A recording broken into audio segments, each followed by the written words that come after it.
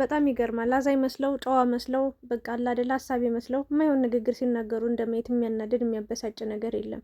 ተይ ተይ ተይ ተይ ተይ፣ ሁሌ እሷን እንዴ የሚያጠፋው እሱ የሚበድል እሱ እየሄደ እሱ ብዙ ነገር እያደረገ ሩታን እዚህ ጋር ተይ አቆሚ፣ ተረጋጊ፣ ረፊ ማለት ምን ማለት ነው? ሁሌ አንድ አይነት ቃል፣ ሁሌ አንድ አይነት ነገር መናገር ምንም በቃ የእውነት ጋሽዬ የራሱ ልጅ ስጋው ነው ተቆርጦ አይጣልም። እና እያስቀየማት እያስከፋት እያየ በዚህ ልክ ሩታ ላይ ጫና ማድረሱ ወይ ደግሞ ሩታ ላይ ይህን ያህል መስራቱ ተገቢ አይደለም። የእውነት ለመናገር ማለት ነው። በዚህ ሰዓት ማንም ቢሆን ማንም ለሩታ እያሰበም እየተጨነቀም ያለ ሰው የለም። ከራሷ ውጪ ለራሷ ማንም የላትም በዚህ ሰዓት ማለት ነው። እና ደግሞ ተረጋግታ የራሷን ውሳኔ እንዳትወስን በራሷ መንገድ እንዳትሄድ ተይ ተይ ተይ የሚባል ነገር ያስጠላል። በነገራችን ላይ ያው ጋሽዬ ይህንን ነገር እየተናገረ የሚገኘው ከሩታ ውጪ አብርሽ መኖር እንደማይችል ያውቀዋል። በቃ ከሩታ ተለይቶ ምን አይነት ህይወት እንደሚኖረው ስለሚያውቅ ልጁ ያልሆነ ቦታ እንዳይወድቅበት ነው የሚፈልገው የሚፈራው። ስለዚህ ምንድነው ያለው አማራጭ ሩታ ጋር ማገናኘት ነው። ግን ደግሞ የራሱ ልጅ ከቁጥጥሩ ውጭ ሆኖ አፈንግጦ ወጦ ስንት ነገሮችን እያደረገ እያየ ሩታ ላይ መጦ በዚህ ልክ ጫና መፍጠር፣ በዚህ ልክ ታይ ማለት ምናምን ተገቢ አይደለም። አሁን እኔ ሩታ ልናገር የምችለው ነገር የራስሽ አቋም ከሌለሽ አሁንም አለሽ፣ እያለቀሽ ነው፣ ነገም ታለቅሻለሽ፣ ከነገ ወዲያም እያለቀሽ እድሜ ልክሽን ተጨቁነሽ ያንቺ ድምጽ ሳይሰማ ታፍነሽ እድሜ ልክሽን ተሳቀሽ በቃ ምንም ኮንፊደንስ ሳይኖርሽ፣ ምንም የራስሽ አቋም ሳይኖርሽ፣ ምንም የራስሽ ውሳኔ ሳይኖርሽ ሁሌ እንዳለቅስሽ ነው የምትኖሪው። መጀመሪያ የተሳሳትሽው መቼ መሰለሽ? የእውነት ለመናገር ማለት ነው ሴቶችዬ ከሩታ ህይወት ብዙ ነገር ተማሩ። ፍቅራችሁን ያው ልትገልጹ፣ ልትናገሩ፣ ልታስረዱ ወይ ደግሞ ልታሳውቁ ትችላላችሁ። ግን እንደ ሩታ አልቀሳችሁ የጀመራችሁት ነገር ተለቅሶ እንደሚጨረስ ነው በቃ ያመንኩት በሩታ ማለት ነው። ምክንያቱም ወንድ ልጅ በዚህ ልክ ስትንገባገቡለት፣ በዚህ ልክ እንዲህ ስትወርዱለት፣ በዚህ ልክ ዝቅ ስትሉለት የእውነቴን ነው የምላችሁ እንደዚህ አይነት ንቀት ነው የሚያሳያችሁ። እንደማን ልክ እንደ አብርሽ ማለት ነው። እና ሩታ ላይም የተፈጠረው ነገር ይሄ ነው። በፊት መጀመሪያ አርጊ ያላትን ነገር ሁሉ ሽሽሽሽሽ እያለች የራሷ ነገር ሳይታይ የእሷ ፍላጎት ሳይደመጥ የእሷ ስሜት ሳይነገር ሳይወራላት ዝም ብሎ ተደባብሶ አልፎ መጣ። ከዛ ዛሬ ላይ ዋጋ እያስከፈላት ነው የሚገኘው። ሴቶችዬ የራሳችሁ አቋም ሊኖራችሁ ይገባል። የሆነ ነገር ላይ የሆነ ቦታ ላይ ስታገኙት በቃ ልትሉት ይገባል። የሆነ መስመር ገደብ በህይወታችሁ ላይ ሊኖር ይገባል። ያ መስመር ከሌለ ዝም ብሎ ከሆነ የሆነ ሰው ሳምበዲ እየመጣ ህይወታችሁን ሲበጠብጠው ሲረብሸው እንደፈለገ ሲያሽከረክራችሁ ሲጫናችሁ ሲጨቁናችሁ ይኖራል። ሩታ ላይ የተረዳሁት ነገር እንደዚህ ነው። አሁን ጋሽዬ ሁሌ በቃ የሆነ ነገር ሲፈጠር ሩታ ጋር ነው የሚመጣ። ኦፍኮርስ ይወዳታል፣ ያከብራታል። ጥሩ ትምህርት እንደሚሰጣት እንድትረጋጋ ጥሩ ነው። እንደዚህ አይነት መካሪ ሰዎች ሲኖሩ በህይወታችን በቃ ብለው ሲያዳምጡንም ጥሩ ነው። የእውነት ለመናገር ግን ጋሽዬ ደግሞ በጣም አበዙት። የእውነት ለመናገር ማለት ነው በጣም በዛ። ስንቴኖችን ልጅ ማለት እንደዚህ የሆነ ማለት ለቃሉ ራሱ ትንሽ አይከብድም ወይ? አብርሽን የሄደበትን የእርሶውን ልጅ ያሳደጉትን ልጅ መቅጣት፣ መቆጣጠር፣ ማስተካከል ሳይችሉ ሩታ ላይ በዚህ ልክ እንደዚህ ማውራቱ ምንም ተገቢ የለውም። እኔ እንደዛ ብዬ ነው የማስበው። ያው እኔ አሁን ላይ ለሩታ ያስባል ጋሽዬ ብትሉኝ እኔ እንትን አልልም፣ አልቀበለውም። ምክንያቱም ለሩታ የሚያስብ ከሆነ ልጁን ለምን አይቆነጥጠውም? ለምን አይገርፈውም? የሆነ ነገር አድርጎ የሆነ ተአምር ያለበት ቦታ እኮ ግልጽ ነው አለ እኮ ያለበት ቦታ ላይ አለ እና ሂዶ ማግኘትም ይችላል ያለውን ነገር። ግን ጋሽዬም ማለት ነው በዚህ ልክ መልፋትም መድከምም አይጠበቅበትም። ምክንያቱም እሱ እዛ አሸሸ ገዳሜ ሲል ከማንም ሴት ጋር ሲንዘላዘል እየዋለ እያደረ ሩታውን መጥቶ ከሩታ ጋር ልሁን ቢል በምን አይነት ድፍረት ነው ጋሽዬ? እሱ እንደዛ እየሆነ ከዛች ሴት ጋር ከእህት ጋር እንኳን የማይደረግ አይነት የእውነቴን ነው። ሄርሜላሽ በእህትነት ነው የቀረባት ወይ ደግሞ ምንም ነገር አልተፈጠረም ተብሎ እንዳይታሰብ እንኳን ስንት ስቴፕ ሄደዋል እንዴ! ስንት ነገር እያደረጉ አልጋ ክፍል ገብተው የእውነት ግንኙነት እያደረጉ ማለት ነው። ቪዲዮ አይቀረጽ እንጂ ብዙ ታሪክ ተደርጓል። በቃ ከካሜራ ጀርባ ያለው ነገር። ታዲያ ይሄ ልጅ እንዴት ነው አሁን ላይ እሺ በይው እንትን በይው ይሄው ነገር አይፈጠር ምናምን ይስተካከላል ምናምን? እንዴት ነው የሚስተካከለው? ለሞራሏስ? እች ልጅ እኮ ሴት ልጅ ናት። አብርሻውን በዚህ ሰዓት እንኳን ለትዳር ላዳርም አይሆንም። እውነቱ የምነግራችሁ ነገር በዚህ ሰዓት ጊዜያዊ ስሜቱን ጊዜያዊ በቃ ደስታውን ጊዜያዊ ፍላጎቱን ለማርካት ከሌላ ሴት ጋር ሸሸ ገዳሜ ሲል ቆይቶ እንዴት ነው ሩታ ጋር ተመልሶ መጦ እንደው እንዴትስ ብሎ ነው የሆነ ገላው ቆሽሾ እንዴት ነው ከሩታ ጋር ሊተኛ የሚችለው? ምን አይነትስ ሞራል ምን አይነትስ አቅም ኑሯት አቅፋው ልትተኛ ነው ሩታ? ከዚህ በኋላ እሺ፣ እስከዛሬ በቃላቶቹ በድርጊቶቹ ምናምን ነበር ሲጎዳት ሲሰብራት የነበረው። አሁን ላይ ግን እያያችሁ ነው አይደለ? የሚለቀቀውን ቪዲዮ እያየች ነው። ታዲያ ይሄ ልጅ እንዴት ነው ድጋሚ ባሌ ብላ አቅፋው ልትተኛ የምትችለው? እንደው እስኪ አስቡት። እንዴትስ ነው አብርሽስ ሌላ ሴት በሳመበት ከንፈሩ ሌላ ሴት ጋር በተላላጠበት በተያያዘበት በተቃቀፈበት እንትኑ መጦ ድጋሚ ሩታን ሊያቅፋት ሊስማት የሚችለው ምን አይነትስ ድፍረትስ ምን አይነትስ አቅም ሊኖረው ይችላል ብላችሁ ታስባላችሁ እንዴ? ለተመልካችም እኮ እናንተ የሆነ የወረደ ማንነትን በቃ ኢትዮጵያዊነታችን የሆነ ነገር የሚያበላሽ በቃ የሆነ ለእኛ ራሱ መርዝ ነው በቃ አእምሯችን ላይ እየተረጨ እየተደፋብን የሚገኘው። ለምን በቃ በፍርሃት ውስጥ እንድንኖር በቃ የሆነ ስጋ የሆነ ቦታ ላይ ደርሰን የሆነ ደረጃ ላይ ደርሰን የሆነ ነገር እንደሚያጋጥመን የሆነ ነገር ፌል እንደሚያደርግ በቃ አእምሯችን ላይ ያን ነገር ነው እየዘሩብን የሚገኙት። ታዲያ ይሄ ለዚህ ሰው ምን አይነት እኔ ሩታውን ልነግርሽ የምችለው ነገር ላንቺ ነው። የራስሽ አቋም ከሌለሽ ነገም ዛሬም ከነገ ወዲያም ሁሌም እድሜ ልክሽን ስታለቅሽ ነው የምትኖሪ። በቃ የራስሽ ኖ በቃ ይሄ መብቴ ነው፣ ይሄ ክብሬ ነው፣ ይሄ የራሴ አቋም ነው፣ ይሄ የማንነቴ ብለሽ የራስሽ አቋም ውስን የሆነ ቀጥ ያለ መስመር ካለሽ ማንም ሰው ክብርሽን አይዳፈርሽም። ማንም ሰው አጠገብሽ አይደርስም። ማንም ሰው በዚህ ልክም ማለት ነው አንቺ ኮስታራ ጠንካራ ጀግና ብትሆኚ በዚህ ልክም አንቺ ወላወይ እንድትሆኝ ያደረገሽ ጋሽዬም ነው ማለት። ጋሽዬ መጦ ሲቆጣሽ ለሱ ያለሽ ክብር ለሱ ያለሽ ቦታ በጣም ደስ ይላል። አነጋገርሽ ራሱ ከሱ ጋር ስትሆኚ በጣም ተጨንቀሽ ተጠበሽ ነው የምታወሪው። ለንግግሮችሽ እንዳታስቀይሚው በጣም ትጠነቀቂያለሽ። ይሄ በጣም ደስ የሚል ነገር ነው። ግን ደግሞ ያንን ሰው ብትወጁም ብታከብሪውም ማለት ነው አንቺ ካለሽበት ስሜት ምንም እንትን የሚልሽ የለም።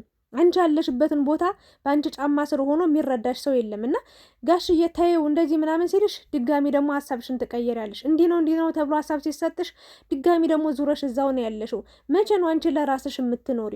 መቼ ነው የራስሽ አቋም ሊኖርሽ የሚችለው? መቼ ነው አብርሽ በቃ የሆነ እንደፈለገ የሚያደርግሽ የሚቆመው? መቼ ነው በአብርሽ ሀሳብ መጓዝሽን የምታቆሚው? መቼ ነው የራሴ ውሳኔ ነው ይሄ አይሆንም ኖ ማለት የምትችው? መቼ ነው? ወይስ ይህንን ነገር ትፈልጊዋለሽ? እንዲህ መሆኑን እንዲህ ማድረጉን ምናምን ኖርማል ነው ላንቺ? አልገባኝም። እንዲህ የራስሽ አቋም ከሌለሽ ከባድ ነው። እና የፍች ወረቀቱ ማምጣቷ ተገቢ ነው፣ ትክክል ነው። እንደውም በጣም ቆየች ብዬ ነው የማስበው። ለምን ይህንን ነገር እንደማታደርገው ስለሚያውቅ የራሱ አቋም እንደሌላት በደንብ አድርጎ ውስጧንም ተረድቷል። በቃ ማለት ይህንን ነገር አታደርገውም መሄጃ የላትም ብሎ 100% አረጋግጧል። እሷ ደግሞ መሄጃ እንዳላት መሄጃ እንደሚኖራት የሆነ ቦታ ላይ እንደምትደርስ ብታሳየው በተግባር ማለት ነው ደንብሮ የሚገባበት ይጠፋበት ነበረ። ግን ይሄ ነገር ሁሌ ኝኝኝኝ ብቻ በቀጨቃጨቅ መጮህ በቃ ይሄ ብቻ ነው ያለው ነገር። ስለዚህ ከሀስከፐ የምትወደውን የምትጠላውን ነገር ያውቃል፣ አቋሟንም ያውቃል፣ ውሳኔዋን ያውቃል፣ የትም እንደማትሄድ ያውቃል። ስለዚህ አብርሽ እንደፈለገ ሆኖ ወጦ እንደፈለገ ሆኖ ይመጣል እና ትቀበሏለች። ስህተቷ ይሄ ነው። መቁረጥ መቻል ካልቻላችሁ እድሜ ልካችሁን እንደ አህያ ስትገረዱ ነው የምትኖሩት። የምሬን ነው የምላችሁ። እግዚአብሔርን ሴቶች የሆነ አቋም ሊኖራችሁ ይገባል። የራሳችሁ የሆነ ቀይ መስመር ሊኖራችሁ ይገባል። ክብር ትልቅ ነገር ነው። መከባበር ከሌለ ትዳርም ፍቅር የሚባል ነገር የለም፣ ከንቱ ነው ሁሉም። የምሬን ነው የምላችሁ። እና ሩታ ደግሞ ደካማ ጎኗ በጣም ብዙ ነው። ያ ደካማ ጎኗ ደግሞ ሁሌ ማልቀስ ነው ስራዋ። በቃ የራስሽ አቋም ይኖርሽ እንዴ። አብርሽ ብሄር ከበደ ይመጣል እኮ። ይሄ እዚህ ጋር እኮ ስለወለድሽ ህይወትሽ ያቆማል፣ ህይወትሽ ያበቃል፣ ያልቃል ማለት አይደለም። ቆንጆ ነሽ፣ ገና ውበትሽን ያልተጠቀምሽበት ገና አንድ ፍሬ ልጅ ነሽ። ስለዚህ ከአብርሽ ጋር ብትለያይ ከአብርሽ ጋር ብትፋጭ ምንድነው የምትጎጂው ነገር? ወይ ደግሞ ዛሬ እሺ ተቀበዩ። አሁን ግጠኛውን የምነግራችሁ ነገር ምንም እንዳልተፈጠረ ምናምን ጋሽ እያስታርቋቸው ነው የሚሄደው። ይኸው ምን አለች በሉኝ፣ ጋሽ እያስታርቃቸዋል። ግን ይሄ ነገር ዛሬ እሺ ብላ የሆነ ገደብ አብጅታለት የሆነ ገደብ አብጅታ እንዲህ ከሆነ በተአምር ይቅር አልልህም ብላ አቋም ይዛ ካልተታረቁ ነገም ሌላ ሴት ስትመጣ መሄዱ አይቀርም። ነገም የሆነች ሴት ከመጣች በህይወት ውስጥ መሄዱ አይቀርም። ለምን ይሄ ልጅ አሁን በቃ አፍለኛ ነው ምናምን የሆነ ወጣትነት ነው ሰዓት ላይ ነው ያለው ምናምን ብር አለው ገንዘብ አለው በቃ እንደፈለገ በቃ መወጠር መጨናነቅ ምናምን አይፈልግም። በቃ የሆነ ላይፉን ቀለል አድርጎ የለም የሆነ እዛም እዚህም ሴት ጋር ምናምን ዘሎ ተቃቅፎ ተሻሽቶ ምናምን መምጣት ይፈልጋል ምናምን።